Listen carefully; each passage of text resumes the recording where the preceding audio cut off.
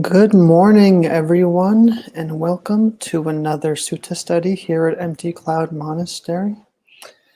And today we'll be hearing a Dhamma talk from Bhante Suddhaso on failures and accomplishment from the Anguttara Nikaya. But first, a few good mornings. Good morning, Gita and Nancy, Jens, hello, as well to Kyle, Denise, and Buddharuchi. All right. Oh, and Aya Vimalanyani. Good morning, Aya. Well, good evening, I think, for you. Yes, good morning, good afternoon, good evening, and good night to all those here. So I'll hand it over to Bhante. So we'll start by paying homage to the Buddhas. Namo tassa bhagavato arahato samma sambuddhassa. Namo tassa bhagavato arahato samma sambuddhassa.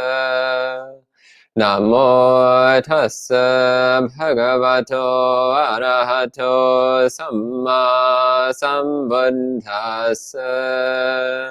Buddhang dhammang sanghang namassami.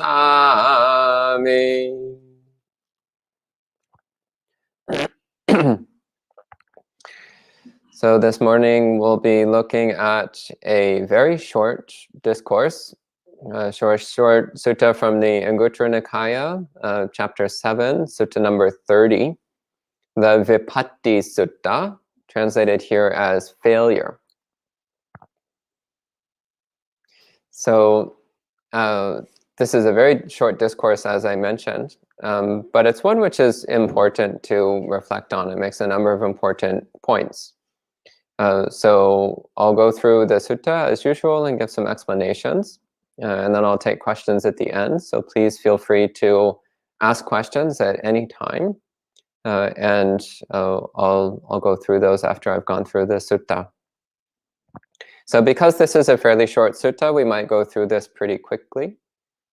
So feel free to be vocal with your questions. So the sutta begins. Monks, there are 7 failures of a lay devotee. What 7? One puts off seeing monks. One neglects listening to the good Dhamma. One does not train in higher virtue. One does not have much serene faith. When one listens to the Dhamma, whether the monks are senior, junior, or in the middle, one is intent on criticizing and looking for errors. One looks for non-Buddhists when one is ready to give a donation. And one prioritizes performing services there. Monks, these are 7 failures of a lay devotee. Monks, there are 7 accomplishments of a lay devotee. What 7? One does not put off seeing monks. One does not neglect listening to the good Dhamma. One trains in higher virtue.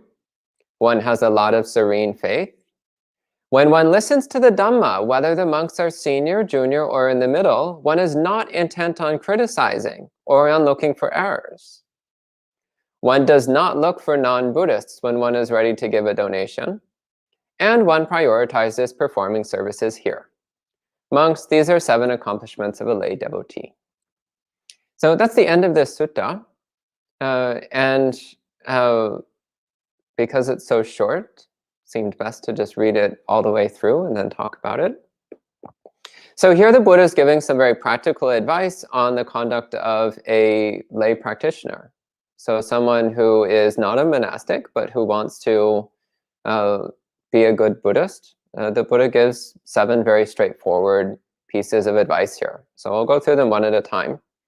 The first one, so the failure is to put off seeing monks, and the accomplishment is one does not put off seeing monks.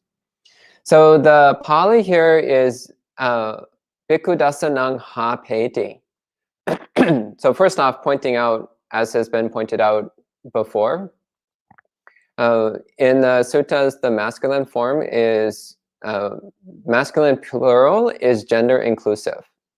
So bhikkhu here means monks of both genders. So it's not referring only to male monastics, but also to female monastics.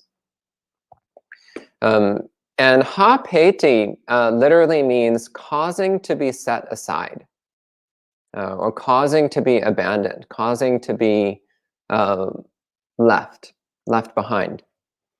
So this could mean putting it off for yourself. Like, I think, oh, I could go to see the monks today, but oh, so busy, so many things to do, like seeing the latest Star Wars movie, very important. And I'm so behind on catching up on Sex and the City episodes. I still haven't seen the last season. So important, so important. I'll see the monks next week. It can wait a week. It's no problem. They won't mind. That's putting off seeing the monks. Not so good. Not so good. And even worse, of course, if we take the other interpretation of this verb hapeti, so causing seeing monks to be delayed or put off, then that's when your friends are like, hey, let's go to the monastery. Let's go see the monks. Or come on, there's a live stream starting in 5 minutes. Let's check it out. And instead you're like, forget about it. Let's go hang out. Let's go watch a show. Let's go drinking. Let's go for a walk in the park. Like you find some way to also get other people to delay or put off the opportunity of visiting with monastics. So this is really important. So in a number of suttas, the Buddha gives a sequence which starts with visiting monastics and then concludes with awakening.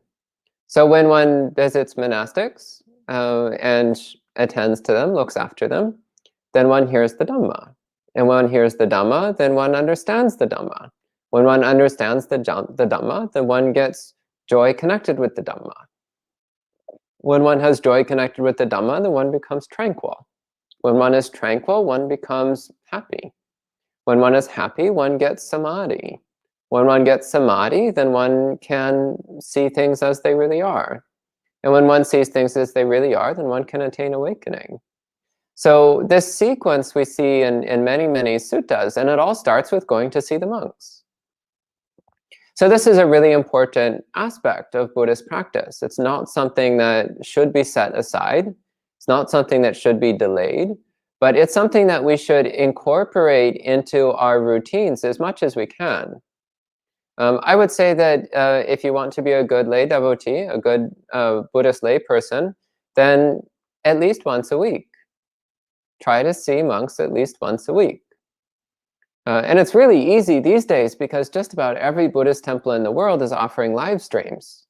You could actually have permanent 24/7 live monk TV going. Some of it might be in other languages, but well, what are you going to do?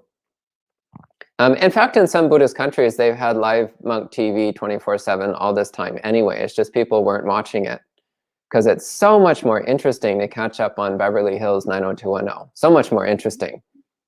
Or like, whoa, still haven't seen all episodes of Star Trek TNG. What a disaster. So no time for monk TV.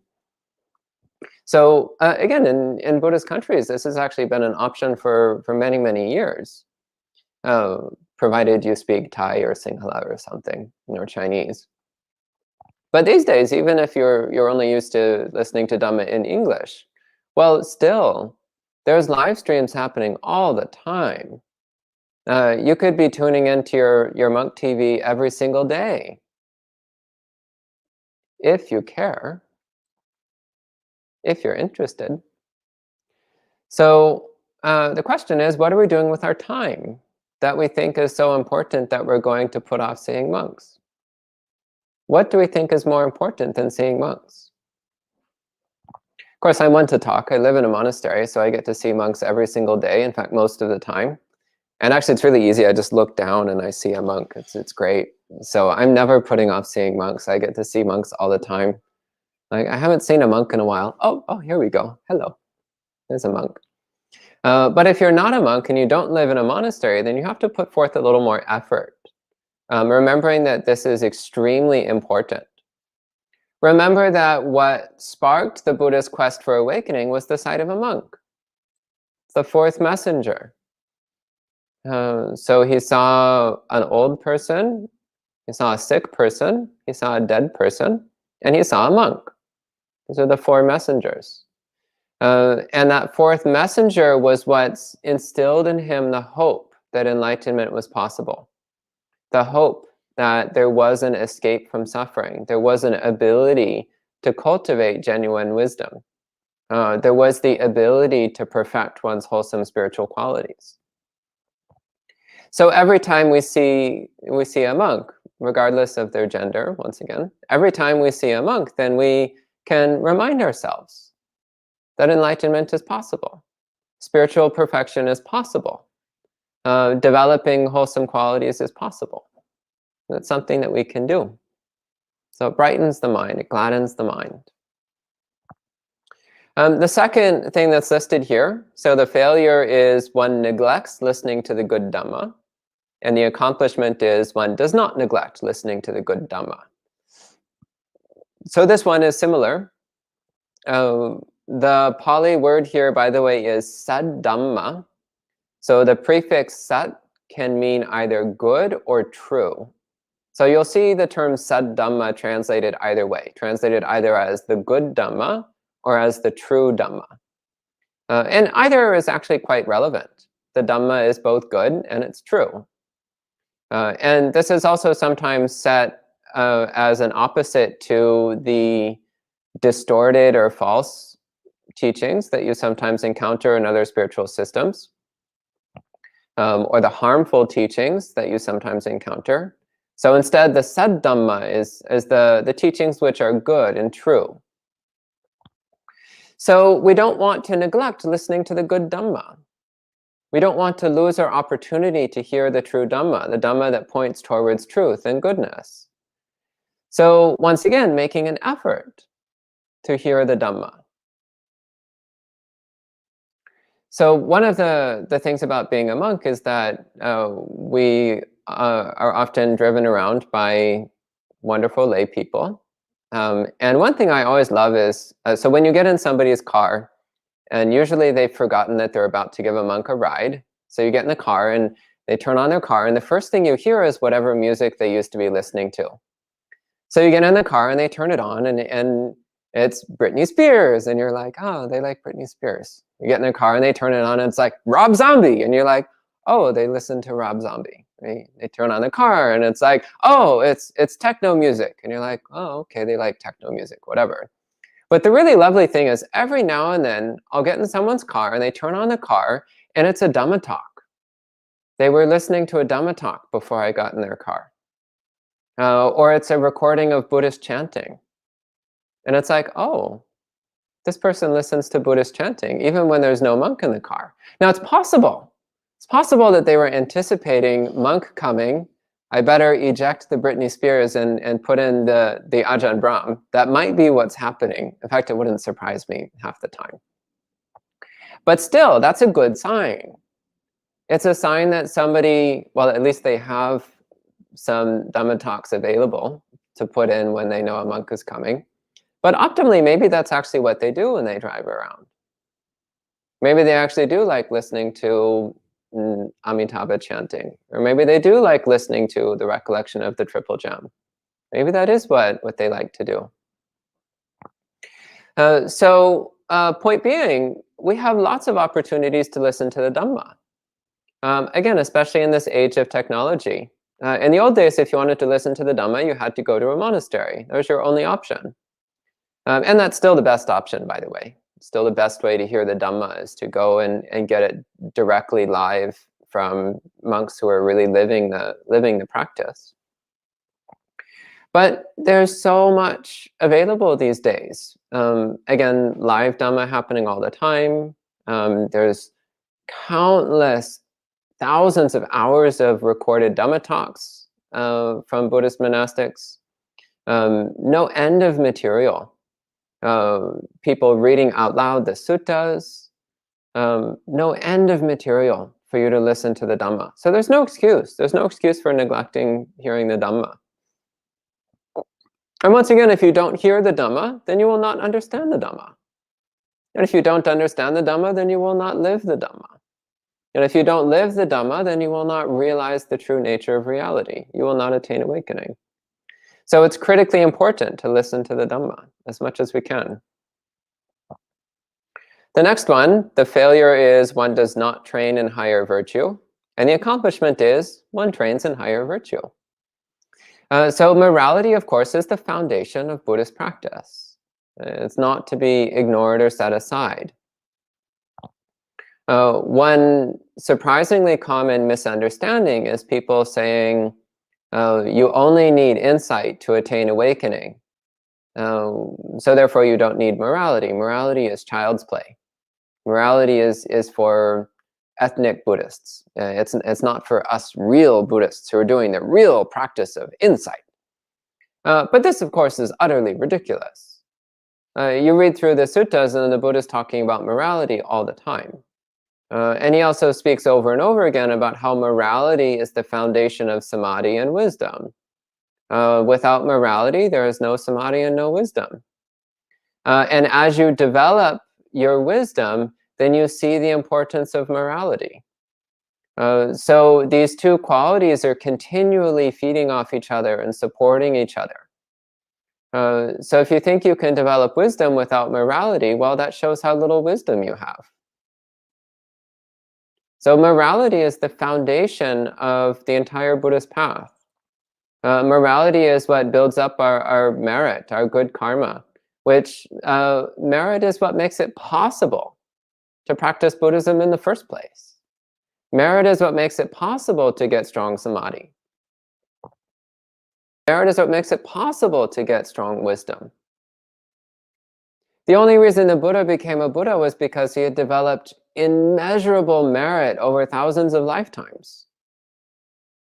He was not an ordinary human being. He was a human being who had spent thousands of lifetimes accumulating an incredible mass of merit, an incredible accumulation of good karma. It's no small thing. And the foundation of merit is morality. Morality produces merit. Without morality, there is no merit. The next one, the failure is one does not have much serene faith, and the accomplishment is one has a lot of serene faith. So the Pali word here translated as serene faith is pasada. Some people are familiar with the past participle form, which is pasanna, like my preceptor's name, Ajahn Pasanno. So this word pasada or pasanna, it has the meaning of serenity, but also the meaning of faith, and also the meaning of joy. So it has these three distinct meanings: faith, serenity, and joy. And these are all bound together, actually, because when you're filled with faith in Buddha, Dhamma, and Sangha, then your mind becomes serene and joyful. So these qualities naturally come together. So it's not like this blind, miserable, suffering faith, but it's bright, serene, joyful faith. Faith that awakening is possible. Faith that the Dhamma leads to awakening. Faith that the Sangha supports us on the path. So making an effort to really appreciate Buddha, Dhamma, and Sangha, to understand why Buddha, Dhamma, and Sangha are so precious, so marvelous, so magnificent. To understand how this wonderful, marvelous Buddha, Dhamma, Sangha helps us in our path towards freedom from suffering, our path towards the unconditional happiness of enlightenment. So cultivating this sense of serene, joyful faith through reflecting on the magnificence of Buddha, Dhamma, Sangha, and how fortunate we are to have access to them. Then the next one, this is one of my favorites. So in this sutta, I think this is actually my favorite of all of them. The next one, the failure says, when one listens to the Dhamma, whether the monks are senior, junior, or in the middle, one is intent on criticizing and looking for errors. And then the accomplishment version says, when one listens to the Dhamma, whether the monks are senior, junior, or in the middle, one is not intent on criticizing or looking for errors. So what this is pointing to is that when we're listening to the Dhamma, and this occurs in many places in the suttas where the Buddha talks about the right attitude to have when listening to the Dhamma. The right attitude is to be listening for something that will help us on the path. We're listening with an effort to understand the Dhamma. We start with the assumption that we do not yet fully know, because if we did, we would be enlightened by now. Therefore, if we listen to the Dhamma, we might learn something useful. One thing that really impressed me when I first came to New York City, at the time I'd been a monk for 7 years or something. And I went to give a Dhamma talk at the monastery where Bhikkhu Bodhi lives. So Venerable Bhikkhu Bodhi, one of the most senior and highly respected Western monks. And I was just giving a talk on the Four Noble Truths. So just basic material. And Bhikkhu Bodhi came to the talk. And I was like, Bhante, what are you doing here? I'm a junior monk giving a talk about one of the most basic Buddhist doctrines. Why are you coming to this talk? You're not going to learn anything. And he said, oh, you never know. I might hear something new. And I was so touched because, one, his quality of humility, but that attitude of mind where he's always thinking, I shouldn't pass up this opportunity to listen to the Dhamma because I might learn something new. I might learn something that will help me on my path. And he wasn't thinking, oh, I am senior and he is junior. I will not listen to the junior's Dhamma talk. Juniors have nothing to say. He didn't have that kind of attitude. He's been a monk for twice as long as I've been alive. But he still came to my Dhamma talk. So, because in his mind, he wasn't thinking, this monk is junior, I am senior. He was just thinking, there is a monk teaching the Dhamma. I should go and listen and see if there's something I can learn. As it happened after the talk, he came up to me and gave me a few pointers and advice and recommended I shift a little bit some of the things I had said. So I think it was more he had something to teach me at the end, but that's beside the point. I was so deeply touched by that humble attitude where in his mind it didn't matter whether the monk was senior or junior. He might learn something, so he went to the talk. So similarly, when we're listening to a Dhamma talk, we shouldn't be thinking, oh, the monk is junior, they won't have anything to say.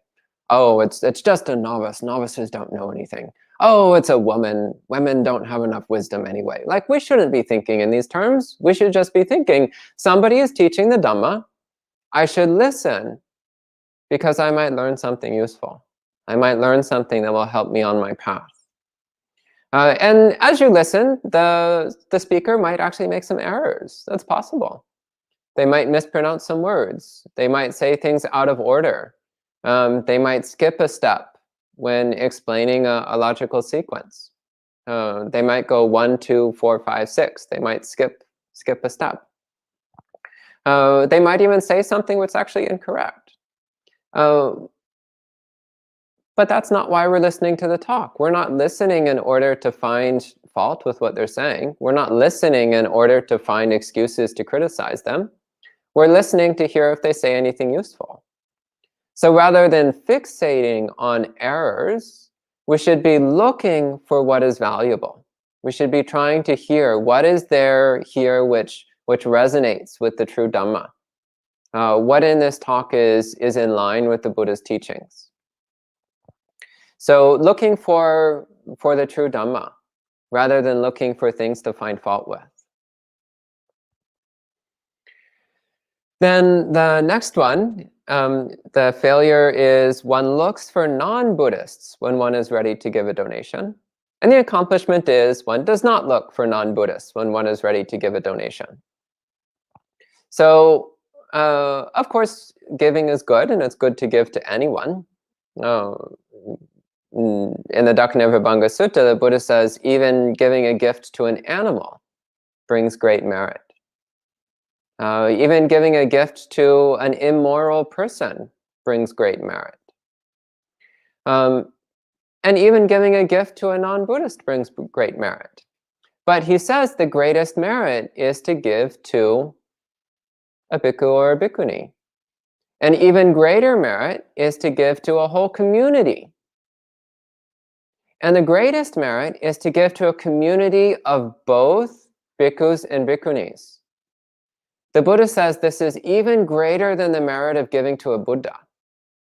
This really blew my mind when I read the Dakkanivabanga Sutta.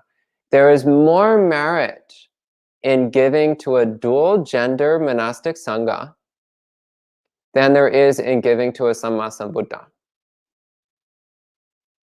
How's that for something to blow your mind?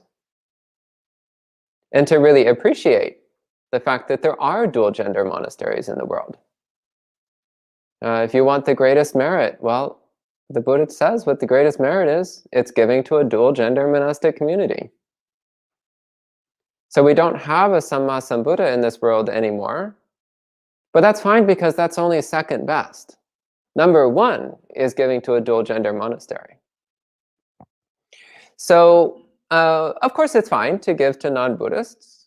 It's fine to give to lay people. It's fine to give to animals. It's fine to give wherever, because giving is good. Giving beautifies the mind. But the highest merit comes from supporting your fellow Buddhists, and especially, of course, from supporting Buddhist monasteries. So that's the emphasis here. It's like, well, if you really want to be a good Buddhist layperson, then you should support Buddhism. So it's kind of weird if you're like, I'm a Buddhist layperson, but I give all my money to the Catholic Church. It's like, well, okay, I guess. But is that really the mark of a good Buddhist layperson? I don't think so. That said, it is notable. There's a few places in the suttas where, again, the Buddha says that there's nothing wrong with giving to people of other religions. One example was there was a famous wealthy layperson who was a Jain, so follower of Jainism, the Nigantas. And when he converted to Buddhism, he said, well, I've been making donations to the Jain monastics all this time. What should I do? And the Buddha said, well, you should keep doing that. Keep donating to the Jain monastics. Don't stop just because now you're supporting the Buddhists too. You should keep supporting the Jains as well. So I find that really interesting. I find it notable as an addendum to supporting the Buddhist monks. So not as a replacement. And then the final one, it says, one prioritizes performing services there, or the accomplishment is one prioritizes performing services here. So there, once again, means for the non-Buddhist religions, the non-Buddhist practitioners. And here means for the Buddhists, the Buddhist practitioners. So again, he's not saying you should only volunteer at the monasteries. He's not saying you should only help out other Buddhists, but he's saying you should prioritize helping out your fellow Buddhists. You should prioritize supporting the Buddhist monasteries. So of course, if you want to go and help out at the Catholic food bank or something, that's fine. That's wholesome. That's meritorious. That brings goodness into the world. But that shouldn't be your number one priority. Your priority should be supporting the teachings of awakening. Supporting the practices that lead to full enlightenment. Because this is what's most precious in the world. This is what's most valuable in the world. So that's the end of this sutta. So at this time, if you have any questions or comments, please go ahead and type them in, and I'll answer as best I can. Thank you.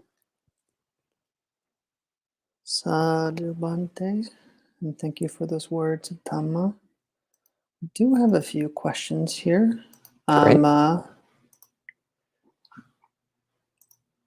One in relation to your the mentioning of monk TV basically. Mhm.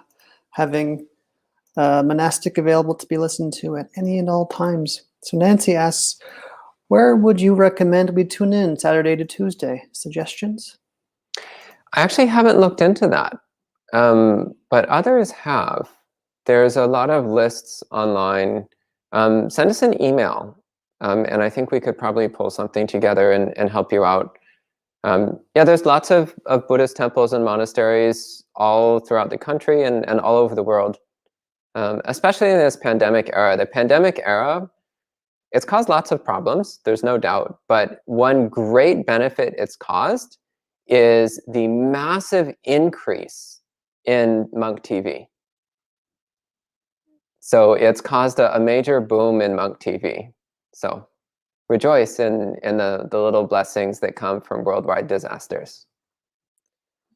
Yeah, Gita, in response to that question, offered a few options. Venerable Bhikkhu Bodhi gives a Dhamma talk at 9:30 a.m. to 11:20 on Saturday mornings, and Bhante Mangala on Sundays at 7 to 8:30 p.m. Heartwood Refuge, I believe, does weekend programs as well. Yeah. Aya Panyavati at Harvard Refuge is an amazing Dhamma teacher.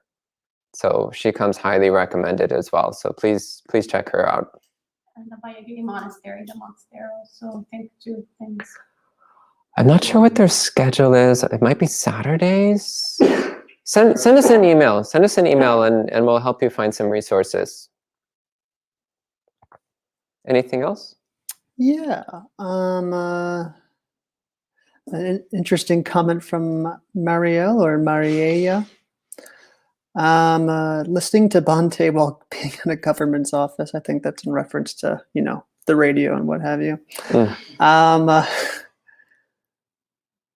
Yeah. So I thought we had another question here. We do have one statement that's interesting. Go ahead. Eduardo says, seeing myself and my children is more important than seeing a monk. Hugs. No, that's completely incorrect. You've got it completely backwards. And someday you will see that. Okay, anything else? Yes. Nancy exclaims, I'm so loving the Buddha for naming dual gender monasteries. Thanks, Bhante, for highlighting that message. Yeah, I mean, it's in the suttas. You can't get around it. It's just a matter of reading the suttas. And Mei Lee makes one comment. I am just hoping when we give, it is not because we want to accumulate great merit. Well, even if that's why you give, that's fine. Of course, they say the best thing is to give purely because it beautifies the mind. The best thing is giving just because it brings happiness to the people you're giving to.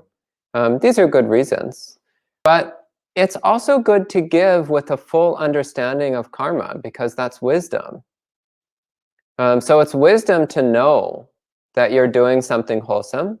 It's wisdom to know that good results come from good deeds.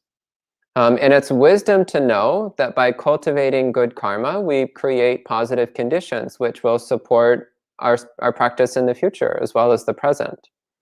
So I don't think there's anything wrong with that, because that's the function of wisdom. It's wisdom to understand karma as you're in the act of giving. So of course, some people do give with a somewhat selfish attitude of thinking like, well, I like oolong tea, so I'm going to give fancy oolong to this person so that I will get lots of fancy oolong for myself. It's like, well, there is admittedly a bit of self-centeredness wrapped up in that. That's true. But you're still giving a donation. You're still giving a gift. You're still doing something kind and thoughtful and generous and considerate. And you're still doing so with the wisdom of understanding karma, the wisdom of understanding cause and effect. So that's all incredibly wholesome. Nothing wrong with that. So is there mixed in a little bit of self-centeredness? Well, yeah, of course. A little bit. But still, 99% of what goes into that gift is incredibly wholesome. So the other 1% is forgivable. Okay?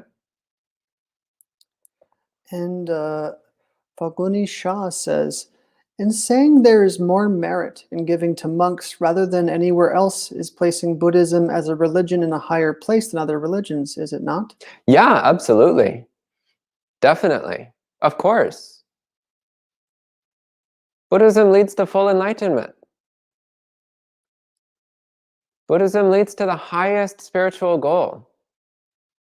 No other religion has that. Of course, Buddhism's the best.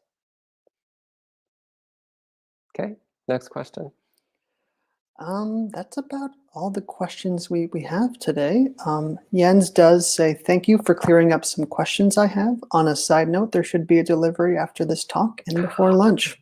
Oh, sadhu, sadhu, sadhu. sadhu, That's so kind of you. Great. Anumodana, Jens. All right, I think that's all. So I guess we can wrap up a little early today. Okay, that's fine. Thank you all for coming. Oh, I spoke too soon. Denise says, can you elaborate as to what it means to be ready to give a donation? So let me look at the Pali here. So the Pali is ato behidda dakaneyang gavesati. So that means literally it means one seeks outside of here for one to give a donation to. That's literally what it means. So the translation, when one is ready to give a donation,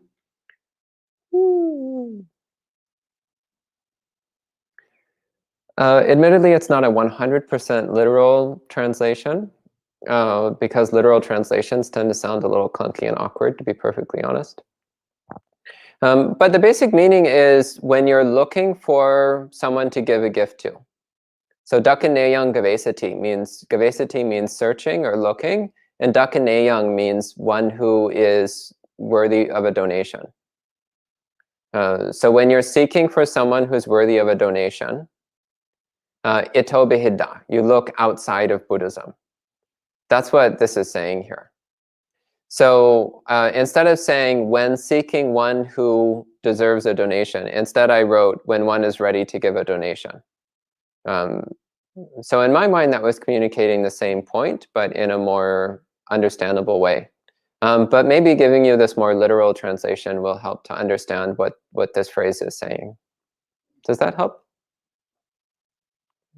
Any other questions? Nancy asks a practical question. Go ahead. I like practical questions. Well, actually, this is actually relevant. What are your favorite deliveries for, giving to the monastery? Send an email to our Dana coordinator. So food@emptycloud.org, and she'll let you know how you can help. It's very kind of you to want to help.